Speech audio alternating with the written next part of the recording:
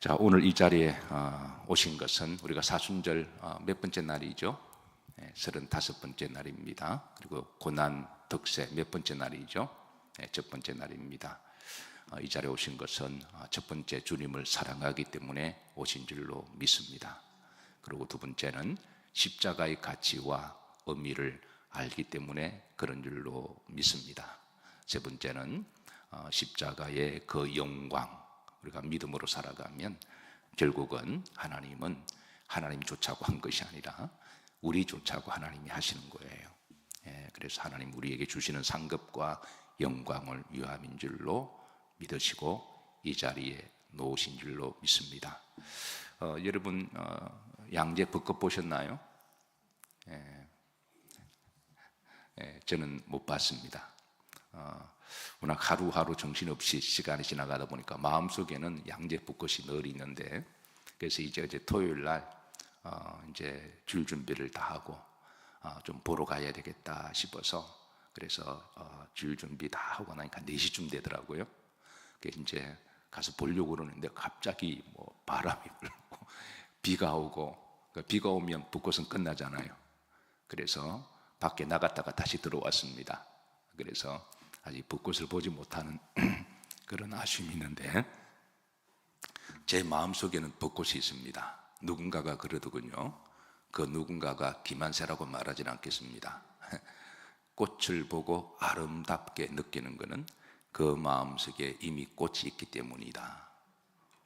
괜찮아요? 제가 말하고도 괜찮더라고요. 네. 그래서 아무리 꽃이 펴도 마음속에 꽃이 없으면 그걸 못 느끼는 거죠. 아무리 감사할 일이 많아도 내 마음에 감사가 없으면 그 감사를 못 느낍니다. 아무리 아름다운 게 많아도 내 마음에 아름다움이 없으면 그걸 아름다움을 못 느껴요. 십자가도 그렇지 않을까요? 우리가 십자가를 보고 뭉클뭉클하고 예수님을 사랑하는 마음이 있고, 우리가 그런 거는 이미 내 안에 십자가가 있기 때문에 그런 거죠. 아멘인가요? 그래서 여러분 이 고난주간 덕세에 이런 새벽에 나오신 것도 이미 여러분의 마음속에 주님을 사랑하는 마음이 있으신 거예요. 그리고 십자가가 있기 때문에인 줄로 믿습니다. 우리 옆으로 보시면서 잘 오셨습니다, 반갑습니다, 우리 인사하도록 하시죠. 자, 덕세가 며칠 동안인가요? 하루 만에 땡치레 하지 마시고 마지막 6일 동안에 늘 새벽에 나오기를 주의 이름으로 부탁합니다. 우크라이나 전쟁이 2022년에 시작되었죠. 막 시작될 때에 그때 티아 네트베어라고 하는 사람이 있었습니다. 그래 보니까 자기 집으로 포탄이 날아오는 거예요. 그런데 저거 떨어지면 이제 사랑하는 아내와 자녀들이 다 죽을 거로 그 순간에 직감하면서 본능적으로 아내와 자식을 품었습니다. 포탄은 떨어졌고 이제 디아 네트베어라는 사람은 죽었습니다. 죽어가는 그 순간에 마지막 남긴 말은 그의 아내와 그의 자식의 손을 잡고 사랑해라고 하는 말 한마디를 남기고 죽었습니다. 그 아내와 그 자식이 오열을 하면서 한평생 가슴속에 마지막 남겼던 그 남편, 그 아버지의 말 한마디가 평생 남아있는 거죠. 나를 위해 죽었던 남편, 그리고 아버지, 사랑해 라고 하는 그 음성. 예수님도 우리를 사랑하시기에 십자가에 죽으셨습니다.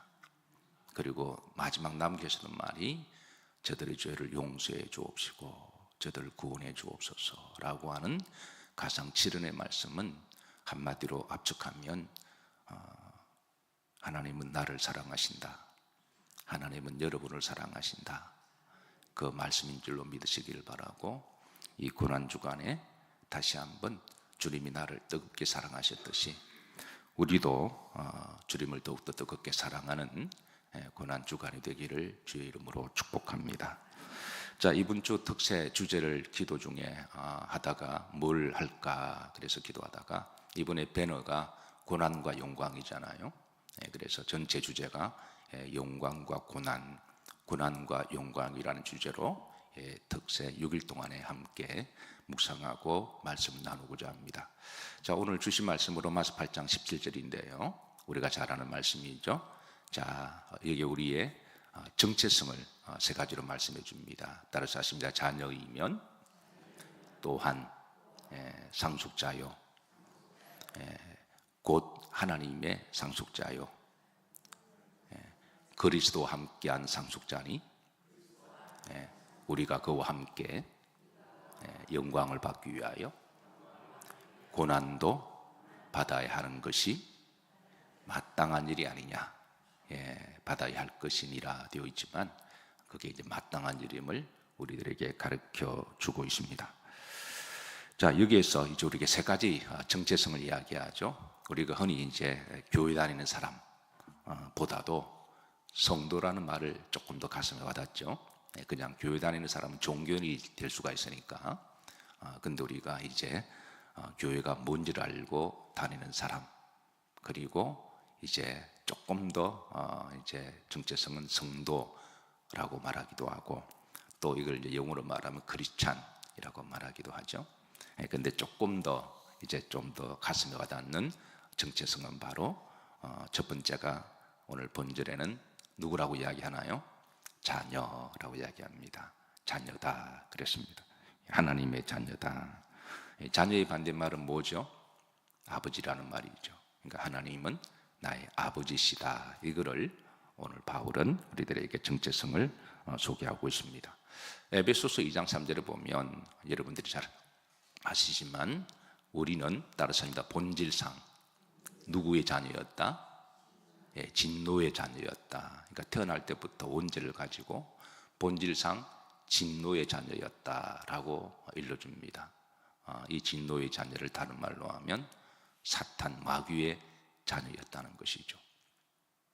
그런 우리의 본질의 모습을 하나님이 우리를 긍휼히 여겨주시고 사랑하셔서 이제 우리들을 양자로 받아주셨는데, 그래서 로마서 8장 15절에 보면 이제 우리를 양자로 받아주셔서 그 양자의 영을 주셔서 하나님을 따라서 하십니다. 아버지로 부르시느니라 그랬습니다. 그래서 제가 다른 사람을 보고 아무나 아버지라고 말할 수가 없듯이 사실 하나님을 아무나 아버지로 말할 수가 없어요. 제 청소년 시절이었습니다. 아버님 일찍 돌아가시고 초등학교 2학년 때 돌아가셨으니까, 그러니까 아버지에 대한 그리움이 있었습니다. 그러면서 이제 학창 시절을 보내고 고등학교를 보내고 그러는데, 그때 제 친구 중에 아버님이 너무너무 멋있는 거예요. 제 뒷집에 사는 제 친구 황정웅이라고 하는 친구의 아버지는 선장이었습니다. 그 당시에 선장은 정말 끝발 날리는 분이거든요.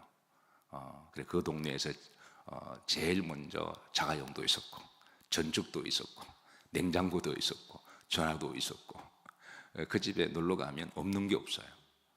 그래서 아버지가 1년에 한두 번 이렇게 마드로스처럼 다 모자 쓰고 나타나면 이제 너무 멋있게 보이고, 근데 제가 그 황정웅, 저는 그때 아버지도 없었으니까 그러니까 보고 아버지라고 부르고 싶었는데 제가 부를 수가 없었습니다. 왜냐하면 제 아버지가 아니니까.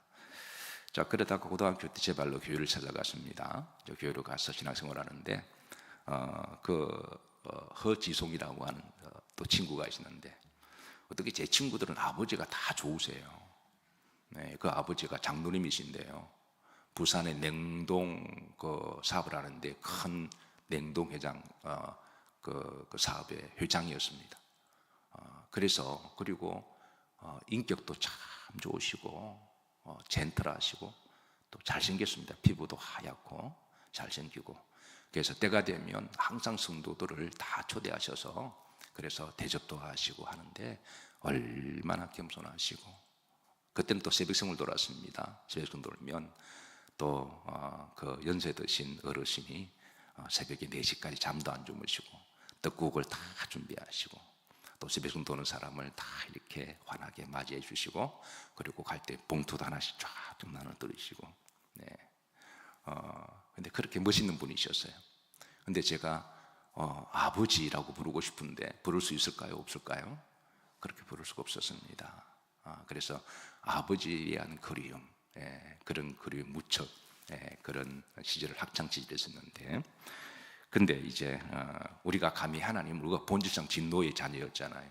마귀의 새끼였는데, 근데 우리를 하나님이 긍휼히 여겨주셔서 또 이제 양자의 영을 주셔서 하나님을 이제 아바 아버지로 불러도 돼, 그렇게 우리에게 허용을 하셨습니다.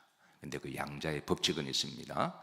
요한복음 1장 10절을 보면 따라서 영접하는 자 곧 그 이름을 믿는 자들에게는 하나님의 자녀가 되는 뭐를 주셨으니 권세입니다. 여러분, 하나님의 자녀가 되는 것은 권세입니다.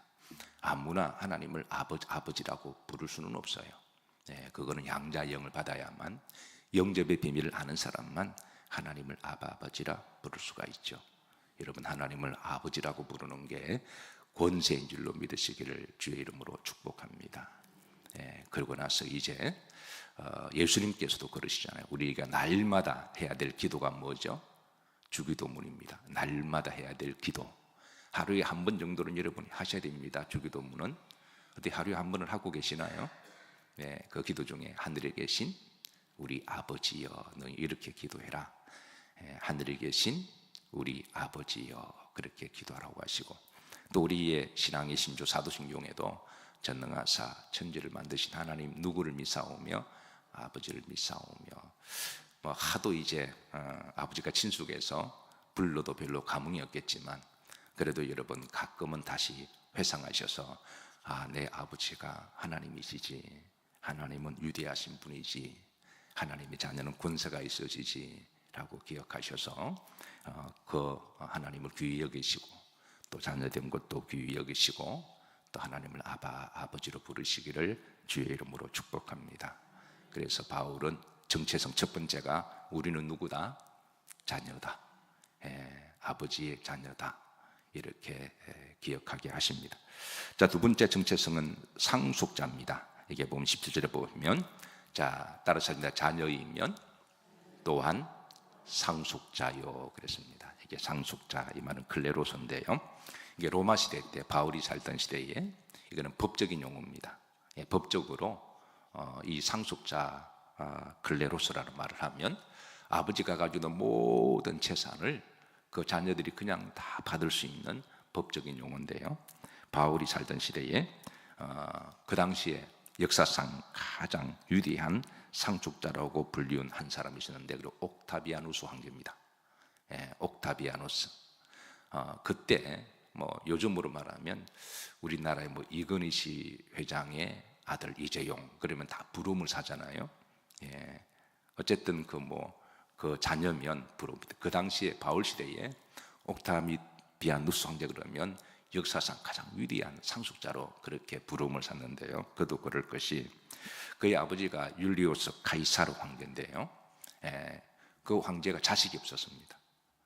근데 그 왕위를, 황제의 자리를 물려주긴 해야 되겠는데 아무리 노력해도 자식이 없는 거예요. 그래서 이제 나이가 들고 이렇게 물세 가다가 가만히 보다가, 그래서 양자로 받아들인 아이가 옥타비아누스였어요. 그래서 지켜보니까 괜찮아요. 그래서 법적인 절차를 통해서 클레로스를 딱 선포했을 때, 그때 로마 제국에서 난리가 났죠. 옥타비아누스가 이제 양자가 되었으니까 그거는 이름뿐만 아니라 이제 그 아버지를 대신해서 모든 그 왕위를 다 로마 제국, 그 당시는 로마 제국 전체가 다 황제권이니까, 지미국 국간이라, 프랑스 루이 16세처럼 그런 시대였잖아요. 법이 그랬으니까.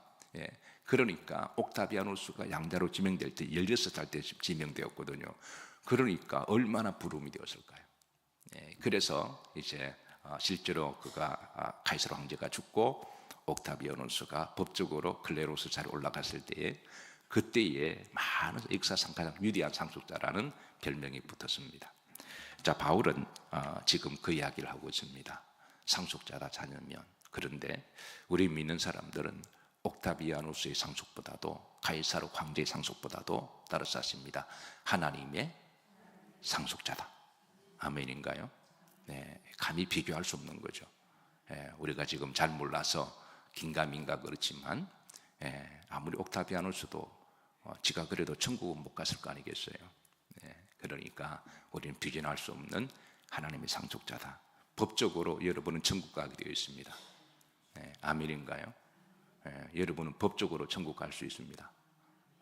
예수님만 부인하지 않으면, 성령을 회방하지만 않으면, 배반만 하지 않으면 괜찮습니다. 그래서 바울은 이제 우리는 상속자인데 곧 누구의 상속자다? 하나님의 상속자다. 하나님의 상속자다. 자, 그리고 나서 세 번째 우리 정체성입니다. 17절에 보시면, 자, 누구와 함께한 상속자다고요? 그리스도와 함께한 상속자다.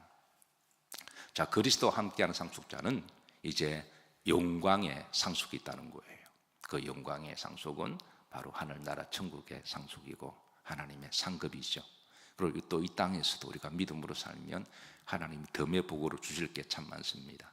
저는 이 땅에서도 여러분들이 믿음으로 살아가다가, 우리가 믿음으로 살아가는 게 성실하게 살아가는 거잖아요. 성실하게 살아가면 뿌린 대로 거두게 하시는 하나님이세요. 그리고 나보다 남을 더 낫게 여기고 항상 상대를 존중해주고 상대를 세워주고 축복하면 또 그 사람으로부터 존경을 받게 되어 있잖아요. 우리가 내가 잘났다고 무시하면 상대가 존경 안 합니다. 그래, 니 잘났다 그러면서 같이 무시해버리죠. 근데 정말 인격이 된 사람들은 자기가 아무리 똑똑하고 또 돈이 많아도 공부를 많이 해도 자신을 낮추고 상대를 예우를 갖출 때 상대가 더 감동을 받는 거죠. 그러면 내가 인격을 부린 대로 또 상대도 머리 숙여서 더 존경하는 거지. 그렇지 않고 그냥 깔아뭉개려고 그러면 상대도 자존심이 있죠. 그러면 상대도 같이 그런 니나 내나 뭐가 이런 식으로 하면 서로 힘든 거예요. 그러니까 우리도 인격으로도 성경은 항상 따라서 나보다 남을 더 낫게 여기라. 그렇게 우리가 머리 숙이면 또 성숙한 사람은 또 고개도 익을수록 머리가 숙이잖아요. 그래서 머리를 숙이면, 여러분 정치인들도 겸손한 정치인들 좋아하시잖아요. 그런데 정치인들도 내가 입법도 할 수가 있고 내가 권세가 있으니까 마음대로 하면 국민들이 볼 때 저 사람은 안 돼, 걸러서 그렇게 다 평가를 하잖아요. 그러니까 우리 믿는 사람들은 예수님 인격을 닮아서 항상 겸손하고 남을 잘 선대하고 또 이렇게 머리 숙이는 게 그렇게 살아가는 삶의 양식이니까, 그렇게 하면 또 상대도 뿌린 대로 거두게 하시고 또 존경도 하게 하시고 또 예우도 갖추는, 여러분 그런 복도 많이 누리시기를 주의 이름으로 축복합니다. 그래서 우리가 믿음으로 살면 하나님이 뿌린 대로 거두게 하세요. 내 존경해라 100번 말해봐야 존경할 사람 아무도 없습니다. 그냥 말없이 내가 그냥 그렇게 실천하면 또 하나님이 그렇게 하시는 거죠. 그래서 우리가 믿음으로 살면 하나님 우리에게 주실 덤의 축복이 참 많아요. 또 먹지 말라 그러면 그것도 안 먹고, 하지 말라 그러면 안 하면 건강하기도 좋습니다. 성경에 보면, 레위기에 보면 몸에 해로운 거는 먹지 마 그러시잖아요. 근데 그걸 굳이 먹고 마셔서 나중에 몸 망가지고 하나님 살려주세요, 그렇게 할 필요 없다라는 거예요. 그래서 미리 우리가 말씀 안에 살아가면서 하지 말라는 것 안 하고, 먹지 말라는 것 좀 조심하고, 그리고 몸에 좋은 것, 먹을 것은 이러하니라. 얼마나 좋으세요? 하나님 얼마나 자상하세요? 우리 얘기 보면, 야, 요런 거는 먹어, 그 몸에 좋아. 그런 거 여러분 잘 드시고, 이런 거 먹지 마, 그 몸에 안 좋아. 그러면 그거 안 드시고 얼마나 좋으세요? 오늘도 몸에 좋은 거 맛있게 잘 잡수세요. 근데 아침부터 다 금식하시죠? 점심도 하시나요? 그럼 각자 알아서 하시고, 어쨌든 간에 우리가 말씀대로 잘 살면 하나님이 또 건강도 주시고 또 마음의 평안도 주세요. 마음속에 믿음으로 살고 늘 사랑으로 충만하면 그게 평안이 없을 수가 없잖아요. 늘 우리가 겸손하게 살고 또 이렇게 사랑으로 살고 그러면 하나님이 또 샬롬의 복을 주시는데, 이 샬롬의 복도 많이 누리시기를 주의 이름으로 축복합니다. 그래서 그리스도와 함께한 상속자는 두 가지입니다. 영광의 상속이 있고 또 다른 하나 상속이 있습니다. 따라서 하십니다. 고난도 상속이다. 동의하시나요? 고난도 상속입니다. 그리스도와 함께 영광을 받기 위하여 무엇도 받아야 할 것이니라? 고난도. 우리가 열매만 따먹을 수 없잖아요. 열매를 먹으려면 씨 뿌리는 노동도 있어야 되고 가꾸는 땀도 있어야 되고, 우리가 그렇게 할 때 열매를 얻는 거지, 그냥 가만히 있다가 부활의 영광만 따박따박 따먹으면 그런 성경의 말씀과도 위로가 됩니다. 그래서 부활의 영광을 위해서 사순절도 주시고 또 고난주간도 주시는 것이죠. 그래서 우리가 그리스도와 함께 영광을 받기 위하여 고난받는 것도 뭐다? 상속이다. 예, 상속이다. 네.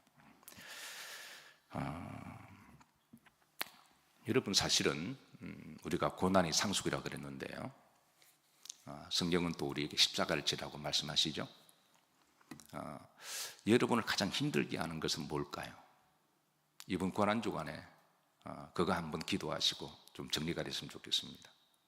근데 여러분, 우리를 힘들게 하는 게 뭐가 있나요? 돈이 힘들게 하나요? 아니면 남이 힘들게 하나요? 세상이 힘들게 하나요? 물론 그럴 수도 있습니다. 병이 힘들게 하나요? 사실은 내 안에 나의 못된 자아가 나를 힘들게 하지 않나요? 어떻게 보면 적은 내 안에 있을 수도 있습니다. 나를 가장 힘들게 하는 것은 남이 아니라 내 속에 육신의 자아라는 거예요. 그래서 우리가 이번 고난주간에 내 안에 있는 이 나쁜 습관, 나를 힘들게 하는 못된 근성, 이거 우리 다 알잖아요, 여러분. 우리가 누구 핑계 대서 그래, 사실은 내 속에 있는 이것 정리되지 못해서 힘들잖아요. 이번 고난주간에 그게 몇 가지든 간에 딱 하나만 한번 고쳐보는 것 어떠실까요? 기도하시면, 하나님, 다 했으면 좋겠는데 우리의 믿음과 능력이 부족하니까 하나님, 나 이번 고난주간에 딱 하나 내가 탁 결정하고 요것 내가 한번 고쳐보겠습니다. 물론 힘들 겁니다. 힘들고 어렵지만 그래도 우리가 주의 고난에 동참하는 마음으로 그렇게 하신다면 저는 참 복이 아닐까 생각해요. 바둑 좋아하시는 분들은 요 근래에 이제 이 승부라고 하는 이제 그 영화 때문에 다들 이제 좀 이렇게 흥행을 하고 있는, 여러분 바둑 좋아하시나요? 좋아하시는 분들은 바둑 영화 승부라고 하는 건 난리입니다. 지금 바둑 좋아하는 분들은. 저도 가는 길만 좀 알아서 취미삼아 바둑을 좋아하기는 하는데, 그 바둑 역사도 참 재밌죠. 우리나라 80년대부터 89년까지 이런 바둑 종족은 원래 중국이었잖아요, 그죠? 저는 세계에서 가장 위대한 게임은 바둑이라고 생각합니다. 흰돌, 검돌 하나 가지고 밤새도록 하루 종일 바둑할 수 있어요. 돌 2개 가지고 그냥 밤새도록 게임할 수 있는 거고, 돈도 안 들고 음악 들어가면서 머리도 식히고 치매도 안 걸리고. 어쨌든 이제 저도 고등학교 때부터 바둑을 배웠거든요. 고등학교 때 교회에서 그때 바둑의 종주국은 중국이었지만 그때 바둑 휩쓴 나라는 일본이었죠. 그때 일본 바둑 대단했죠. 바둑에 관심 있는 사람들은 근데 신문에 그때 기보가 이렇게 나오면 한쪽 잘라가지고 그때 모여 앉아서 그 기보 보고 막 바둑 뒀던 그런 기억이 선명합니다. 어쨌든 그렇게 추억이 있는데요.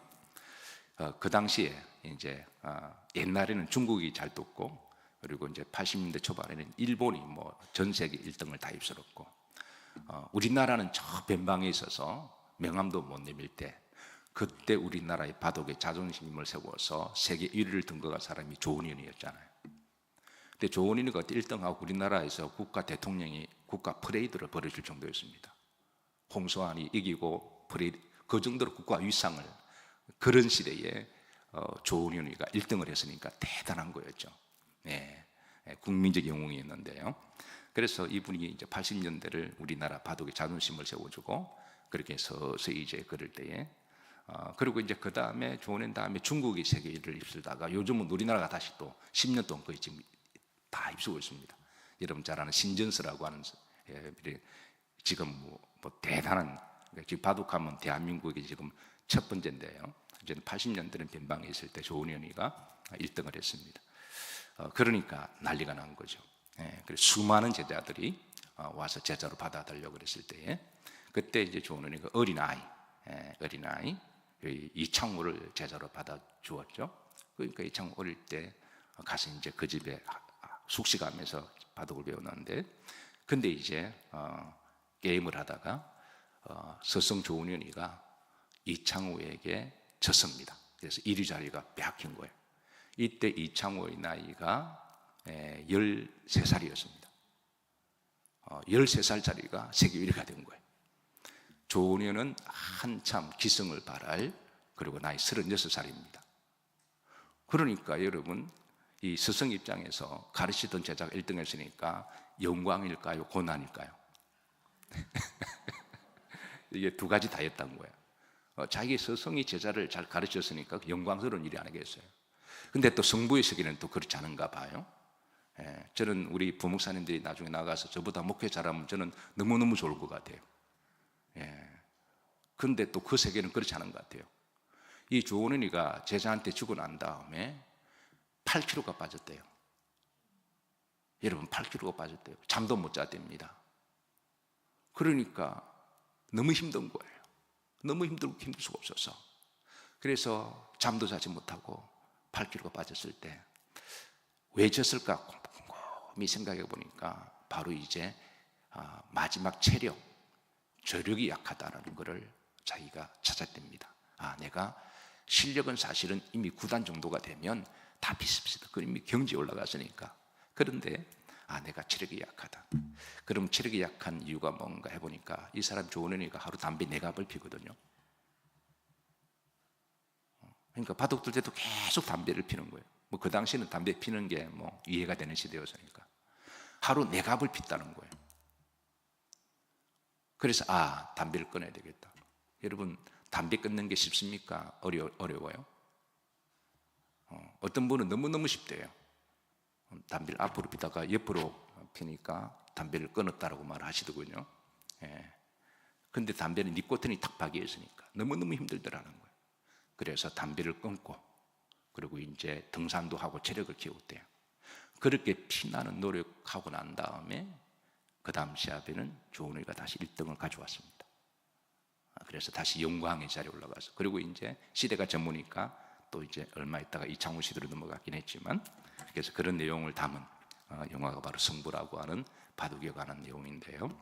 어쨌든 결국은 우리가 나 안에 있는 나의 가장 나쁜 습관, 잘못된 우리가 고난과 함께 싸우고 이겨나가면 결국 누구의 영광일까요? 본인의 영광이죠. 하나님 우리를 더욱더 존귀하게 만들어 가시고, 우리를 거룩하게 만들어 가시고, 우리를 가치 있게 만들어 가시고, 우리를 그 머리 위에 관을 세워주시고, 우리를 하나님이 참 자랑스럽게 만들어 가시는, 그래서 우리들에게 하나님, 사실 우리가 십자가 진다고 하는 게 우리가 하나님 위해서 지는 거 아니잖아요. 하나님은 뭐가 아쉽나요? 말이 그렇지 사실은 나를 위한 거잖아요. 우리가 십자가 지면 하나님 나를 더 거룩하게 하시고, 나를 더 품있게 하시고, 나를 더 멋있게 하시고, 나를 더 이렇게 축복하시기 위해서 하나님 우리들에게 이제 십자가 지라고 말씀하시는데, 이번 고난주간에 한번 여러분 기도해 보시면서 평소에 내가 버리지 못하는 것들, 끊지 못하는 것들, 이런 것들을 한번 잘 정직하게 기도하셔서 그 딱 한 가지만 가지고 싸우셔서 승리하셔서 이 고난주간을 마쳤을 때에 그 육신의 자아를 십자가의 못을 확 박아버리시고 거기에서 자유하시기를 주의 이름으로 축복합니다.